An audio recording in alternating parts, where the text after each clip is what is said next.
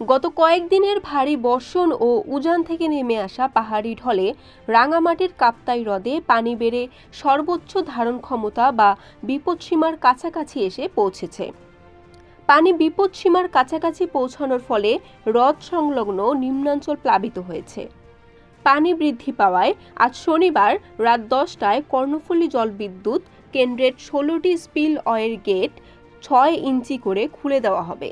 এজন্য ভাটি অঞ্চলে জরুরি সতর্কবার্তা দেয়া হয়েছে। অতিক্রম করবে অটোমেটিক্যালি জল বেরোবে, সতর্কীকরণ কোনো বিষয় নয়। আবহাওয়াবিদরা বলবে কি হবে না হবে। শনিবার দুপুরে এই তথ্য নিশ্চিত করেন বাংলাদেশ বিদ্যুৎ উন্নয়ন বোর্ডের ম্যানেজার এটিএম আব্দুজ্জাহের। 180 কোটি টাকা পাওনা রয়েছে বিদ্যুতে বকেয়া, তাহলে ইচ্ছা করলে আমরা বিদ্যুৎ বন্ধ করে দিতে পারতাম। শনিবার 2টা পর্যন্ত পানি 107.63 ফুট পর্যন্ত উঠেছে। সন্ধ্যার মধ্যে পানি 108 ফুটে উঠে যাওয়ার সম্ভাবনা রয়েছে। এ অবস্থায় 16টি গেটের 6 ইঞ্চি করে ছেড়ে দেওয়া হবে। সবাই সাবধানে থাকুন। বরিশাল.নিউজ।